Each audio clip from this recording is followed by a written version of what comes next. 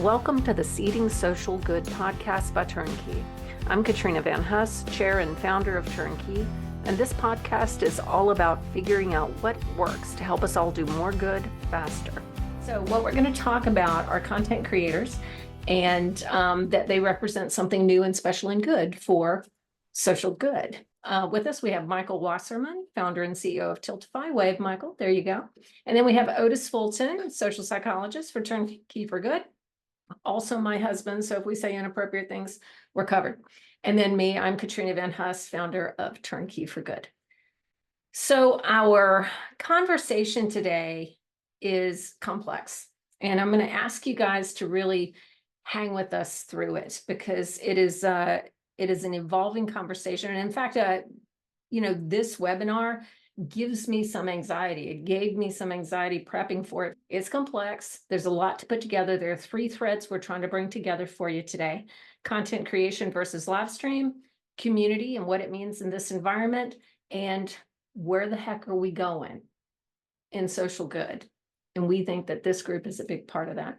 So what is this about? Is it about a simple movement of your job changing from live streaming to content creation?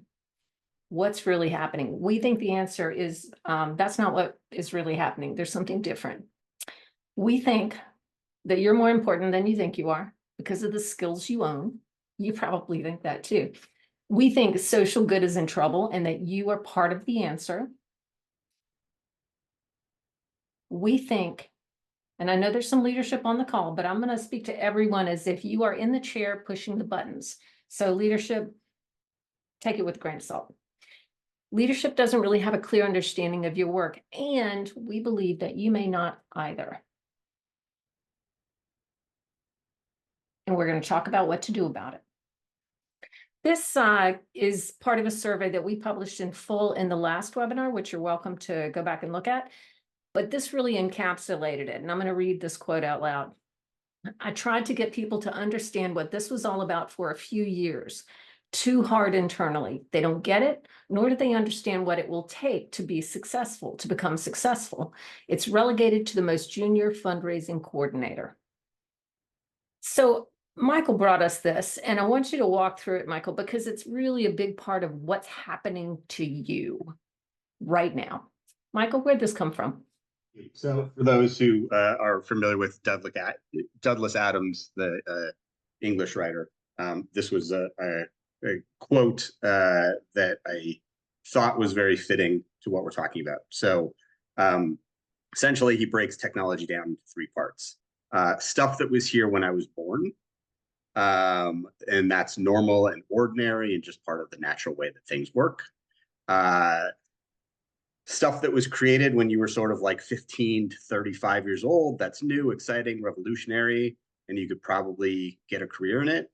And anything that's 35 and older is just against the natural order of things. And we thought that really kind of encapsulated a lot of aspects of what we're talking about and a lot of aspects of potentially some of the difficulties that even people are having with explaining it to others. Now, the next thing we want to benchmark super fast, because we did this last time, is like, how important is this conversation? What is the potential good that could come of it? Michael, if you could give us a sense of scale. We're still talking about, having, 200 million creators worldwide, 40 plus million in the US alone, 500 million of sort of what's called the passion economy users, which are sort of like the next step down from sort of creators. And then, of course, 4.2 billion people that are on the internet. So, which, essentially you're looking at your potential fundraisers and your potential donors and who they're reaching, because the creators are reaching, the billions of people that are using social media. And at this point, it's really everyone. In the US, it's probably 1 in every 3 people. Globally, it's about the same. It's just, content creation and obviously using social media channels is something that is now widespread. And really kind of understanding that, it could expand. There's lots of people using social media for various reasons. And it's how people communicate now. people communicate with each other and gather these communities, which we'll talk more about online. And those communities, about 67% of them, are only between 1,000 and 10,000 followers. So these aren't, and that's not to discount communities that are smaller, because those are also excellent communities. But it's also to say you're not chasing people that have hundreds of thousands or millions necessarily either. Those are sort of the celebrity category, the super influencer. So really trying to think about if we're talking about what is the average influencer, we're really looking at that 1,000 to 10,000 follower space.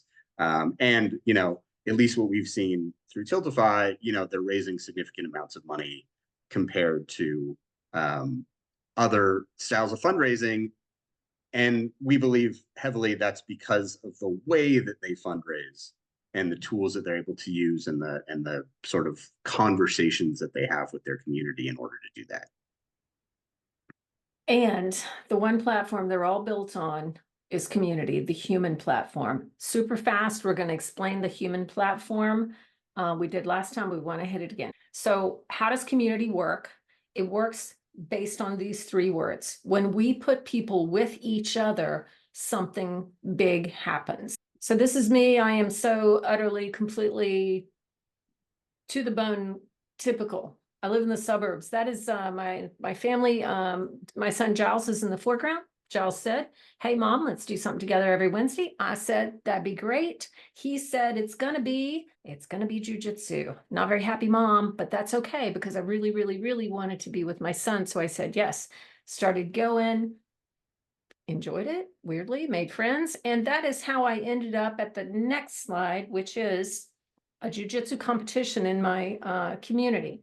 And there's no good reason that a 60-year-old woman ought to be doing this, right? It's completely insane. This is my husband's favorite picture because even though I won, I was completely sideways, wrestling a Greek goddess. So that was to be expected. So the question is, and that I'm going to ask Otis to answer, is how did that make sense for me to go do that?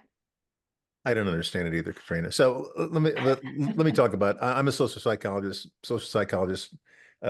Have studied community for decades now. And community is defined in part by communication. Communities are made up of people, that have something in common. In the case of nonprofits, usually a shared idea having something to do with their mission, whatever it might be, and the members have some way to communicate with each other. That's that with each other Katrina talked about. And if they don't have the ability to communicate with each other, it's not a real community. It's an email list, maybe.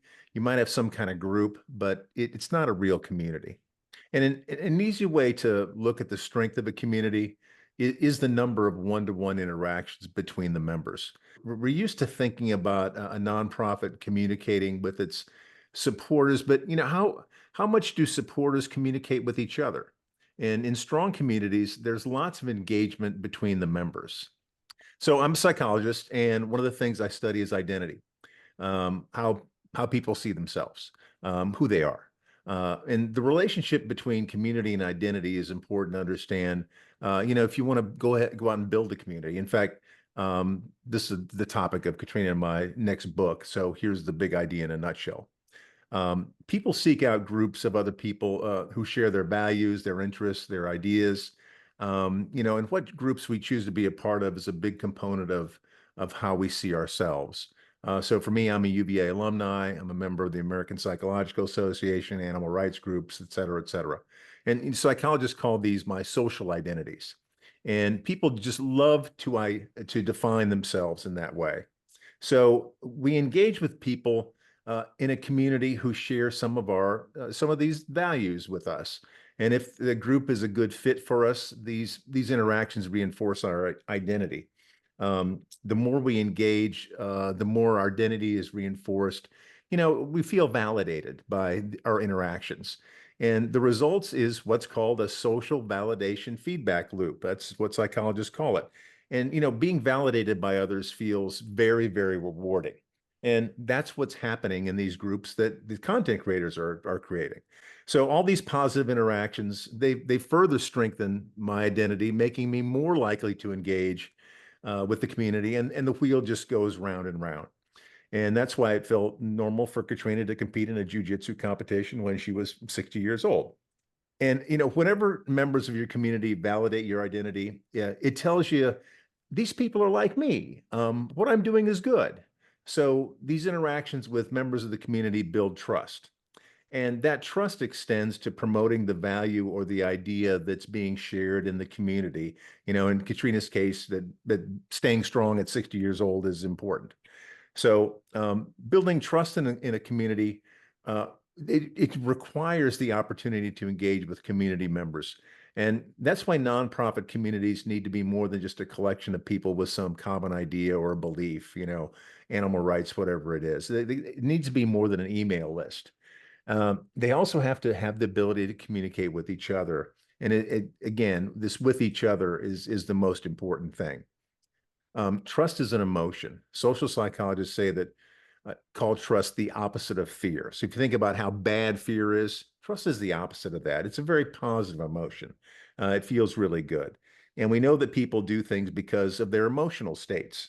So to just kind of quickly sum up, here are the psychological pieces and parts of a community. Members have some shared interest, and that leads to interactions between the members. And these interactions result in people's identities being reinforced in these social feedback loops I talked about. And all this positive engagement results in feelings of trust. And when all these parts are in place, good things happen. And let me just finish by saying, good things happen because trust in a community is actionable. Trust makes you more likely to behave in a way that supports the community and its goals. So when a community member, maybe someone you've never even met, asks you to do something, you're much more likely to comply and say yes to it, to donate, to volunteer, to fundraise, be an advocate, whatever it might be.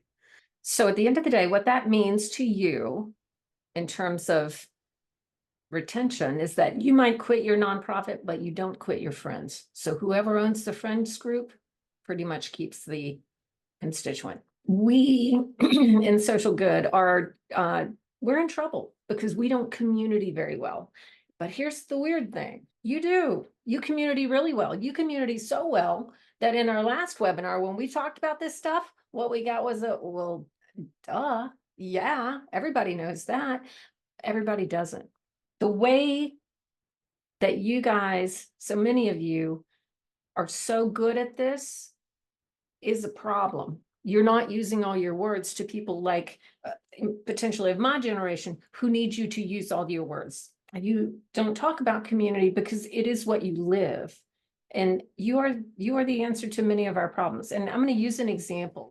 Here's a comparison of a legacy walk. What was roughly, broadly, the experience of somebody who does a walk as opposed to what you give them.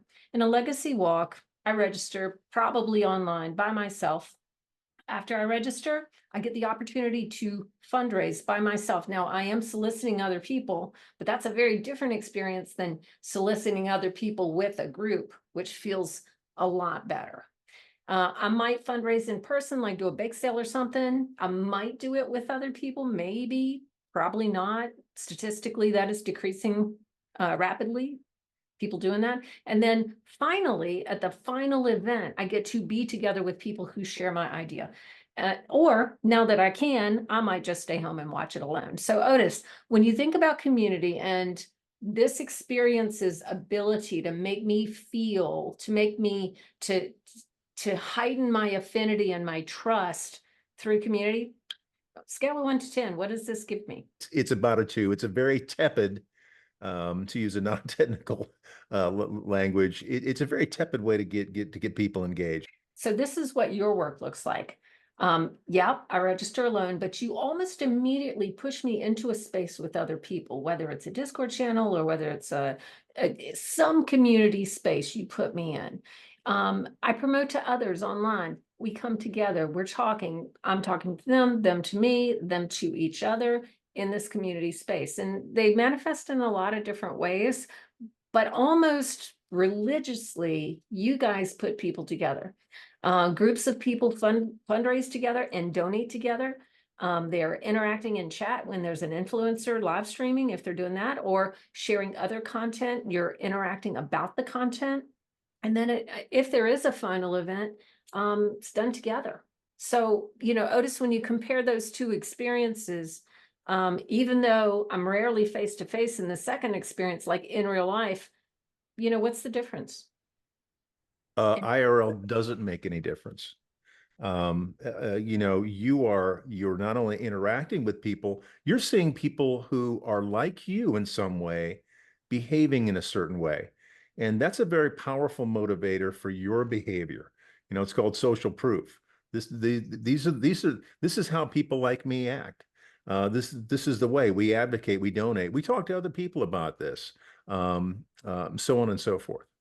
We talk to a lot of different platforms, and almost the first question I ask is, in your roadmap, is there some facility where you put your constituents together with other constituents who believe the same thing? And the answer is always no. We are not investing in that.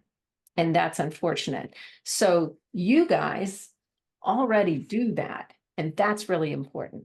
There are national walk directors and chief development officers sitting around across the nation today trying to figure out how can we get our constituents to be together more before the event. Of course, they're never going to call you because that would be too easy and make too much sense. And you're over there doing it wide open all day long with almost no investment. So we're going along the same course, trying to get to the same place. You guys are trying to do more and more and more. They're trying to figure out how do we get people together. We could potentially land in the same place, or potentially your job could be reframed. So that's failing. Click. And that's not what it could be. How do we fix that? Michael, I think you have a good way to frame this. If you could go to the next slide, and we are literally beating you over the head. Sorry about that, but we feel like it's really important. Go ahead. So, typically the ask to donate is very straightforward. Will you give to my campaign? Sure, here's $25. Cool, bye. That is the typical ask. That's what the ask has been for, pretty much forever. What we're trying to cultivate is a community conversation for donations. And how that works is, hey, community, whether that's the 10 people that follow you or the 10,000, hey, if we raise 5,000, I'll dye my hair. Oh, great. Here's my $25. Well, then I say, hey, if I raise $1,000 tonight, maybe I'll also upload my prom picture.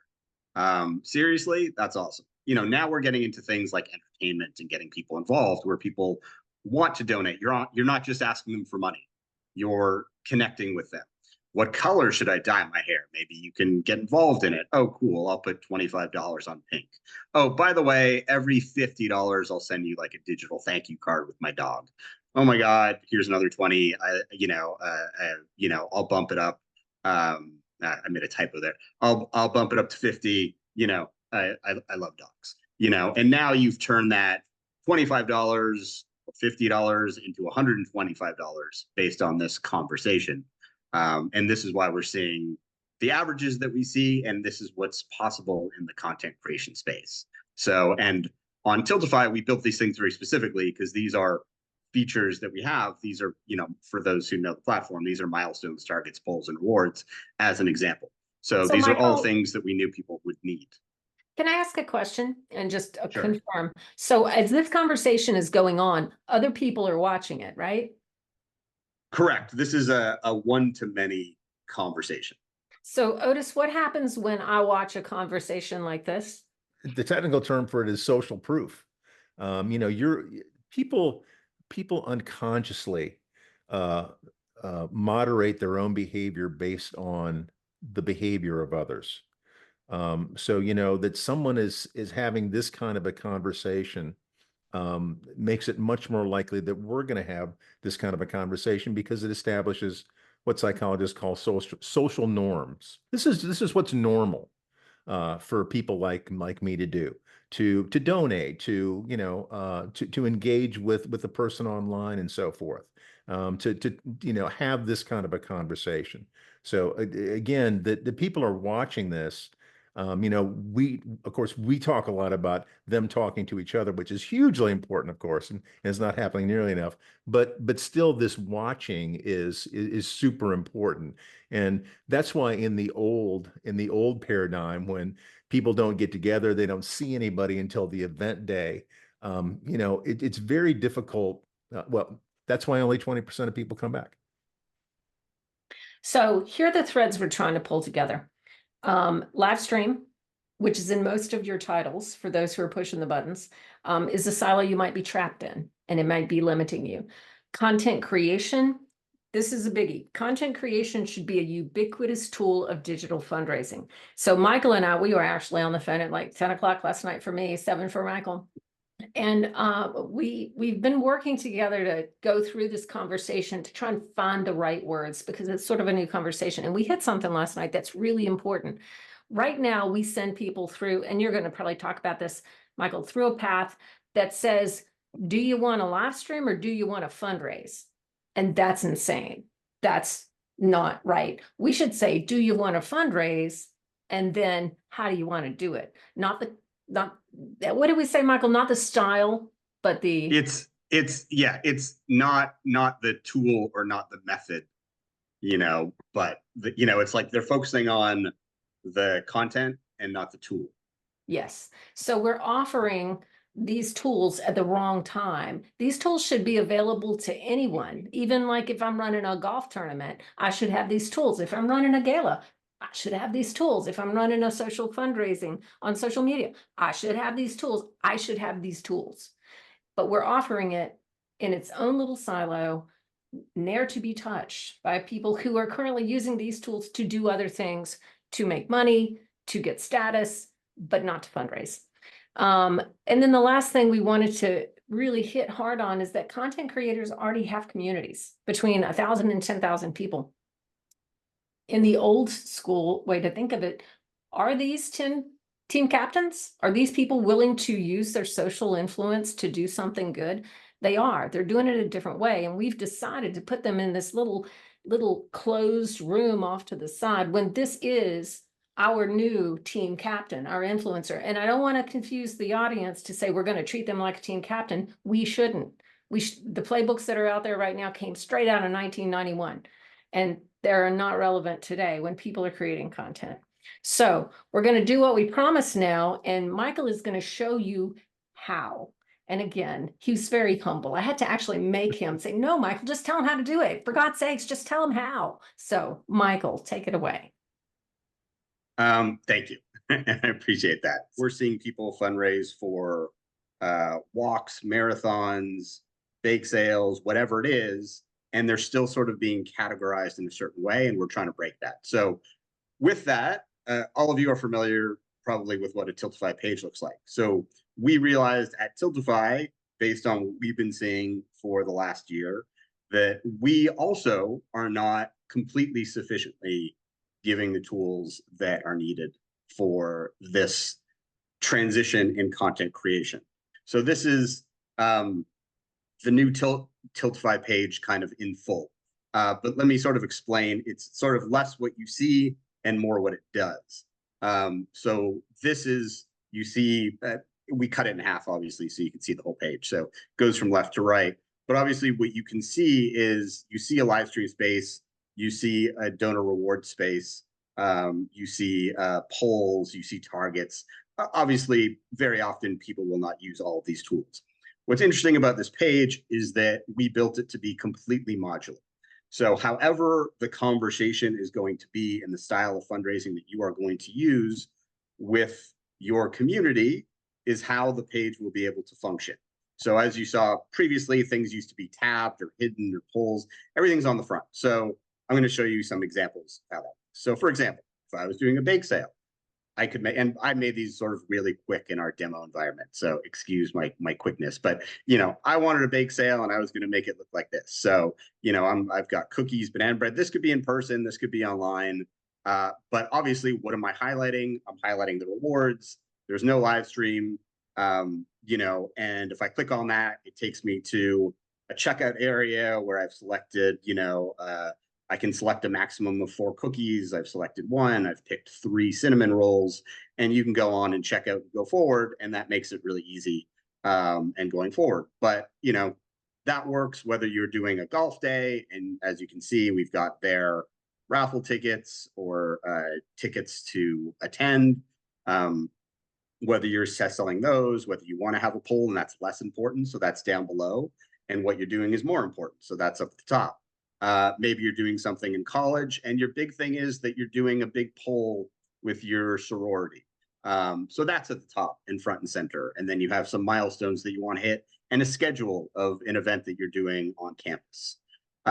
Maybe this is a celebrity or a podcast. And again, you're pushing polls and maybe a simple reward like a t-shirt, but front and center, you're going with your community to have this interactive poll where they're running. Or maybe it's a workplace environment where you're creating polls of things other executives have to do if you cross certain milestones, or a poll of where should our staff retreat be, something that gets the team involved. I think I saw a comment in chat about this being very similar to what they've seen in workplace giving, right? And we've actually seen some examples of this.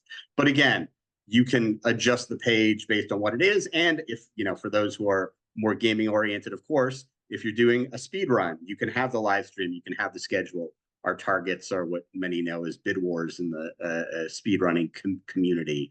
You have your rewards, you have your polls. So, all of these configurations, colors, everything is completely changeable, completely modular. So, this can be shifted to fit the content that the person is doing and to fit the style of fundraising that they need to accomplish.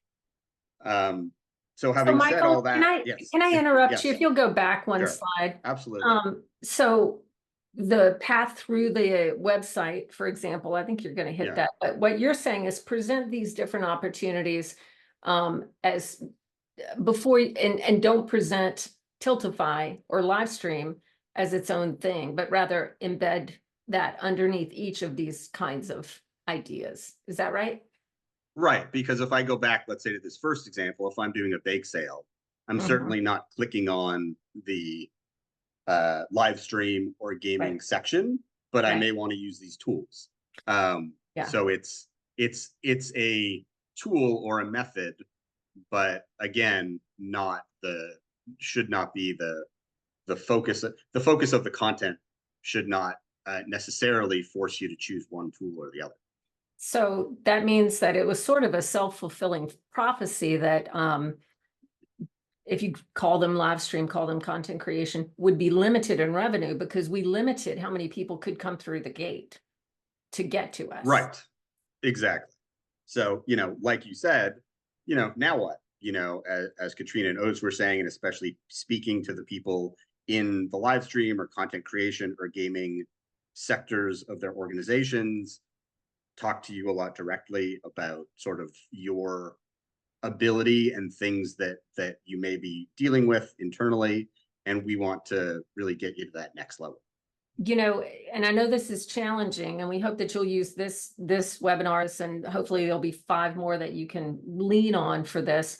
But overcoming your organization's understanding of what you do and their understanding of the importance, current or future, of what you do. The population is going this way. It's up to us to choose to follow.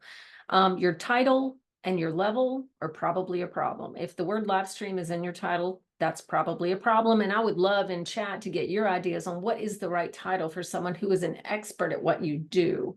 Your level is a problem.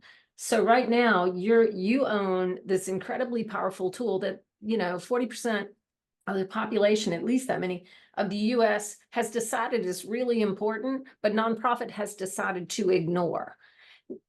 This may not be what leadership wants to hear, but I find that it's really hard for people to see you a new way in your organization. You may have to hop to a new organization in order to get the new title and get this tool into the right hands, which is the hands of everybody. Repositioning inside your org is sometimes hard, unless you have a leader who's on this call and is going to be in it with you. So start with this deck. Tell us how we can help you reposition your skill set, the tool set, and your organization as they address the general public. Michael? And we put together a 10-item checklist of things that we felt people should do to make sure that they're adjusting their programs to fit with what's happening in the creator economy and just with the public in general. So I wanted to highlight a couple of them, three to be specific, and go a little deeper. So one is highlight impact and mission, right? Does your event photos and messaging tell a story that inspires fundraisers to become a part of something greater themselves? So candidly, and I've said this, anyone who's seen me on panels knows that my pet peeve has for many years, probably like five years ongoing, is pictures like these. These are not, or if you have a controller in your logo or something like that, like all of these things to me, if you have a very specific gaming program, that's different. That's not what I'm talking about here. If that's what your intention is, but if you're trying to get the breadth of these people that we're talking about, the mass people of content creators, and you're doing this, or if this is the only option for people who create content and this is what it looks like, you're really going to be missing out, because what do you think, and I'm sure Otis can chime in on this as well, what do you think that people are driven to? Are they driven to that, or are they driven to this, right? Which is your mission. Trying to be the content is not going to drive people to fundraise. And I really would love to see more people embrace that. These are actual examples that I've seen all over the place. And sometimes it's because of where you are and what you have to do, but sort of leading with, I'm also a gamer. This is what a live streamer looks like. From everything that I've seen in the last 10 years of Tiltify, I can't believe it's coming up on 10 years. Will not help you. What will help you is leading forward with your mission, like pretty much everything else. The next is these silos, and this goes directly to what Katrina was talking about. So are you even in contact with your corporate and social media teams? But really, these two that I put together are really about just working together in your environment.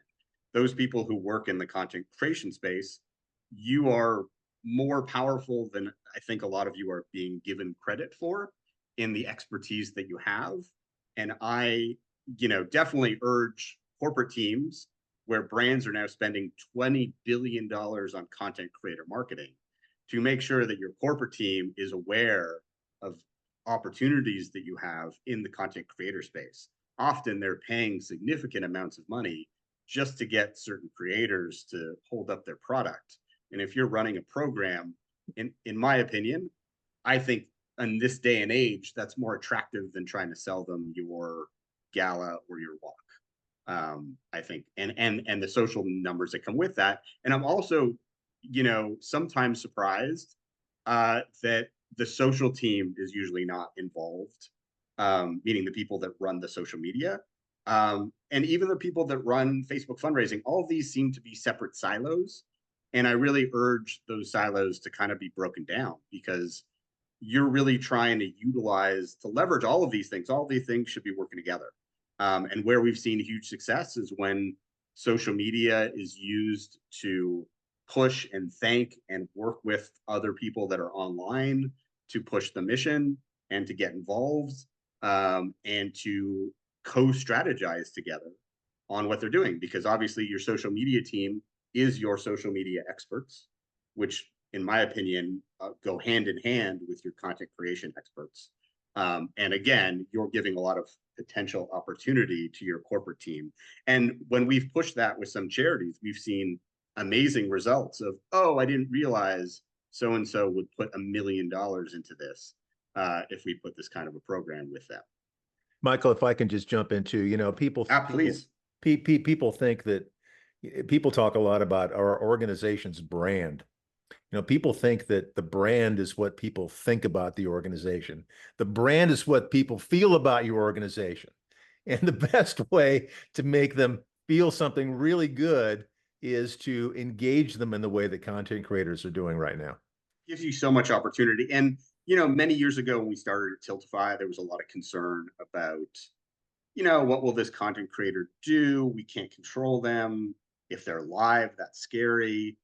They create content. Of course, you look at their body of work, but the example I always use is, how many people would love to have Ryan Reynolds be their spokesperson, and how many people did he kill in Deadpool? Everybody has something around. Everybody's a little bit different. You sort of have to, obviously do your research, but the majority of fundraising and the majority of the content creator space is safe. It is not this sort of, you usually know who to avoid, like you would with a celebrity. So the third and biggest one, and this is sort of the last big topic we'll get into, is your fundraising path, right? Like when a new fundraiser comes to your website, and this is probably, I think, the biggest one, which Katrina started to talk about, Otis talked about with those flows. Is it easy for them to find either Tiltify or whatever creator fundraising pages you can within a few short clicks, right? Are they aware of the tools? Is it a category or a tool, right? Most websites have minimal or no discoverability, right? So I see three general versions of this, right? Version one is people use Tiltify for their live stream or gaming. It's the only way to find those creator-driven tools. That is very difficult. That is a very difficult way to promote organic discovery and silos creators into niche programs, right? They have no choice.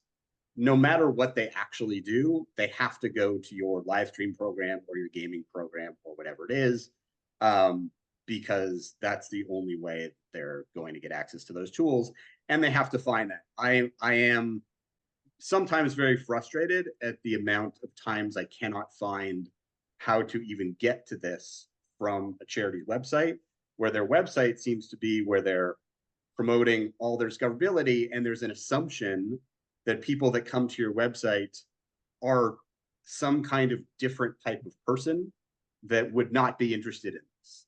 And statistically, that is impossible, with how many people do content creation and how many people now want to use these tools. Who doesn't want the new iPhone and would rather have a flip phone, right? Who still wants to watch movies on VHS, ideally, right? Everybody is looking for something new, and ideally we want them to be able to find that and do our best job to find that. And if they want to choose it, fine. And if they don't, that's fine too. So that's version one. Version two is where I see there's a gaming or live streaming section separate from other fundraising. As Katrina said earlier, that's a little bit ludicrous when fundraising is separate. So I'll see something like this: fundraise as an individual, fundraise as fundraising as a team, fundraise by gaming streaming. Like there are examples that I've seen that are literally, these are the three options if it does appear on a site, where again, these aren't separate things, right? This is fundraising as a team or an individual. Again, the method is being made a category.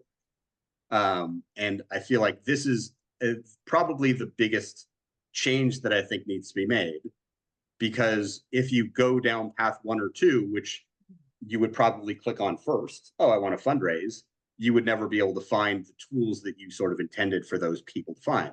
The other thing I'll see is in this version is fundraise, and then another button that's game or stream with us. Again, assuming that they wouldn't just click on the fundraise button, or that's a separate category to fundraising. And it's also a little bit misleading, because you're not gaming or streaming with the charity. You are fundraising. Again, this is a tool that you are using.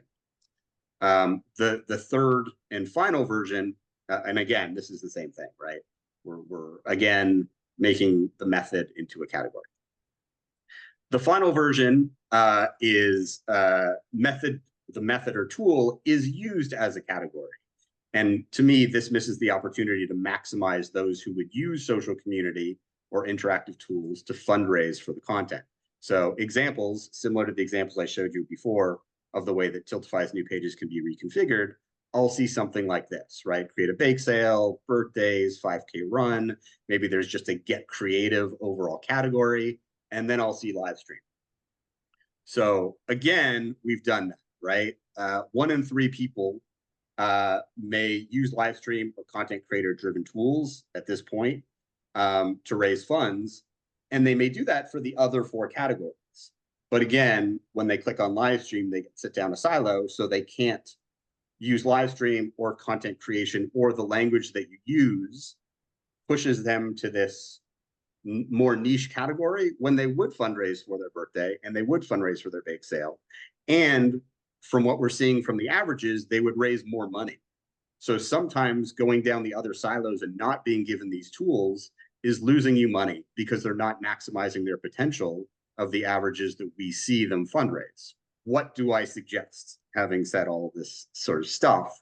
And Katrina and I were talking about this a lot recently, especially late last night. And it's like, you know, what should it look like? And I think it's relatively simple. Obviously, you know, full disclosure, no hiding it. I created Tiltify. We built it, created these new tools to make this the place that everyone should be able to go to do these things. But totally understand that people have different platforms for different things, and that makes sense. So you should either have fundraise, which program, and then which tools, or you can do fundraise, which tools, which program. But the point is, you should be able to fundraise for any program using the kind of tools that we're talking about, right? If you want to use polls and rewards and milestones, or live stream or not live stream, or recorded video, and leverage your social media community, you should not have to choose to only do that in a particular program. You should be able to do that in any program, because the charity, you know, you all want to maximize their fundraising ability. And that's what we want you to be able to do by making these types of changes. I want to tell one more story, and that is, that is the last slide. you have said this to me, but how do you get most of your new clients? Entirely by demand. So how Tiltify exists and continues to exist is usually by fundraisers telling charities they are fundraising on Tiltify. And, you know, back in the day, especially during COVID, we gained all those clients, not really because charities wanted to join Tiltify, sadly, but because a lot of fundraisers and some big influencers would say, I will literally pick another charity than pick another platform. So all of this is demand driven. The population is already there, and we are simply constraining this activity because of our organizational charts, and because of our habits, and because we are over 35 years old, and this is against the natural order. Let me wrap up with a rant then. The people on this call and people who registered for this webinar, which were a lot of people, we are the army that goes into the population of nonprofit professionals and helps them understand this. Like, the decline of the small donor is diagnostic of the decline of community, and nobody communities like you. You are the people who can fix this, and Michael's tool can help you fix this. Change starts with just one person, you. If today's episode got your gears turning, don't forget to share it with your network. And hey, why not drop us a review? Your review helps more people find us and spread the good. Be sure to subscribe so you never miss an episode. Until next time, this is Katrina signing off from Seeding Social Good podcast by Turnkey. Stay inspired, keep making waves, and let's create a better world together.